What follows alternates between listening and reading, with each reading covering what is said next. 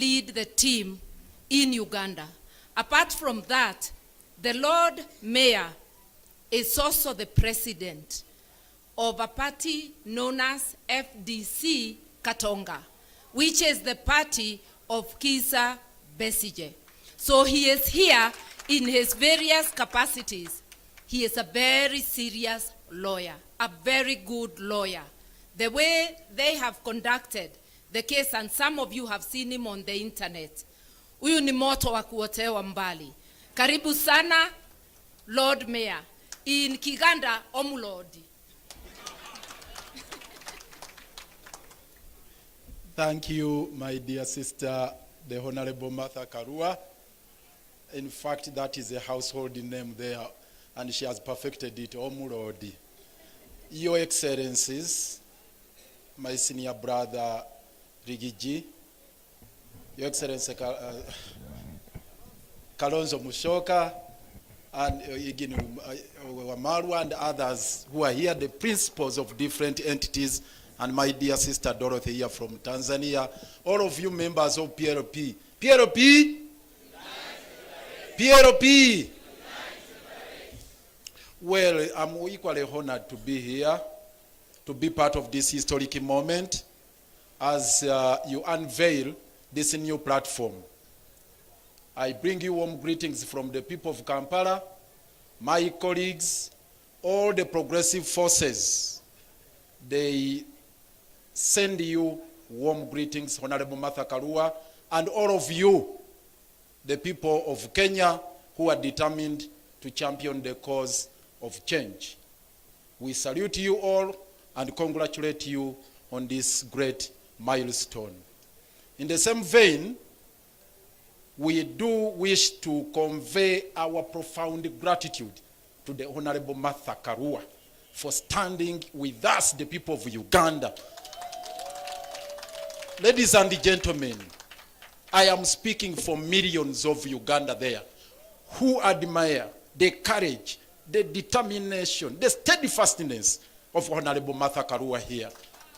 The passion she has, the commitment she has made, standing with Dr. Besigye all through, and all political prisoners back home in Uganda. Thank you very, very much. Asante sana, Mheshimiwa Martha Karua.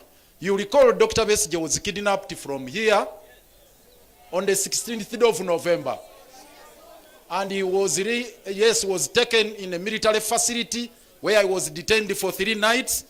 And subsequently, he was arraigned before the General Court Martial with a litany of serious crimes, which invite a sentence of death. And Martha Karua took a vow and said never to happen, that because the regime in Kampala of Mr. Yoweri Kaguta Museveni and his family, because we were first with the family rule, with his son as the CDF commander-in-chief of the defense forces, with his brothers, with his wife. So it's a family rule. And they had vowed to take Dr. Besigye through a perfunctory trial in the General Court Martial and execute him. The son said on the 9th of June, that's when Dr. Besigye would be executed. Martha Karua took a decision and said, never, that will never happen. And we set on a course to dismantle the General Court Martial. I'm bringing you good news. With the stewardship of the Honorable Martha Karua, we have finally brought down that tool of oppression, the weapon of persecution. It has been combined efforts, and she has moved it to all the institutions. She literally caused the tremor in all the institutions in Uganda. We thank you very, very much. Now, a call, as I conclude, a call to all of you here, the principals, the people of Kenya, and all of us. We need to tackle the problem from the source. This issue of kidnaps, I heard some member of parliament here say that Kenya is now the capital, not Nairobi, Kenya, the capital of kidnaps in East Africa. But the cradle is Uganda.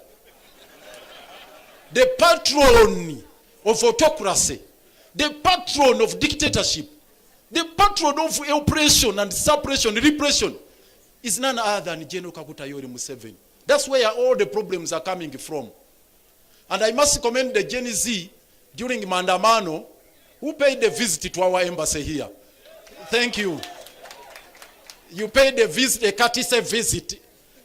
Please, it was a courtesy visit. But it was a serious one. And it sent very powerful signals back in Kampala. And the same problem emanating from Uganda, it is spilling over. Now in Tanzania, in DRC, again our headquarters, our embassy was attacked, was invaded. And the people of DRC are wondering, Uganda, our second forex earner after coffee, is gold. Our second forex earner, our second major export is gold. But we don't have gold mines in Uganda. Then they say, how can this happen? So in DRC they are crying. South Sudan they are crying. Kenya here, we got shocked. And this is my call. We got shocked. Notwithstanding the fact that Martha stood with us and all of you people of goodwill. The government demonstrated an iconoclastic attitude towards this problem. Yet Besigye was kidnapped from here. There was no official statement to condemn the act of rendition. Up to the present moment, it has not been made. And remember, Museveni's son had warned Kenya that one day I will invade Kenya. Indeed, he abused the territorial integrity of Kenya, crossed over to Riverside here, kidnapped Besigye, and took him back without even going through immigration. And the government of Kenya has not defended its territorial integrity, not taking Uganda to ICC or the other international fora, and that is a matter which is really baffling us back home. So we invite you that we continue with the solidarity, we fight the transnational or cross-border abductions and all these other forms of transgressions as a people united under Jumuiya. We espouse those values under the treaty. They are talking about a treaty to exchange what they call political dissidents, but political prisoners, that there is an agreement between Kenya and Uganda. Martha has put them to task and ourselves to explain and put it on table. Up to now, they have not laid it on table. We ask the government of Kenya, I'm glad the MPs are here, the senators are here. Why don't you demand for that treaty to be put on table?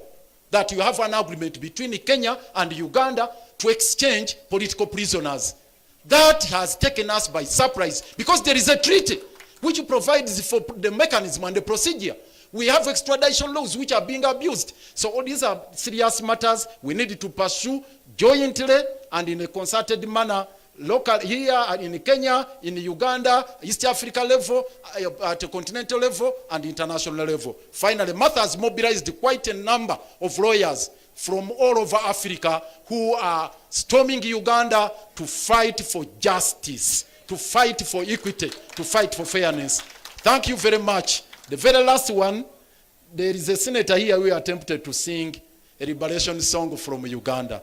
Allow me just to grace this historic moment with this song. We shall overcome, we shall overcome, we shall overcome someday. Deep in my heart, I do believe we shall overcome someday. This one, the very final one. Never surrender. Before I come to never surrender, the very final one now. The name Kasonga is featured prominently here. And I felt so much, I mean, I don't know, I can't even express the kind of emotions I felt. But I thought I would be doing injustice to you if I didn't share with you this liberation song. We don't have copyright for this. This is Museveni's song he came with from the bush, but it's a good one. Listen to it. Siku moja peke tutaona Kasongo anafunga muzigo na kurudi nyumbani. I'm not a good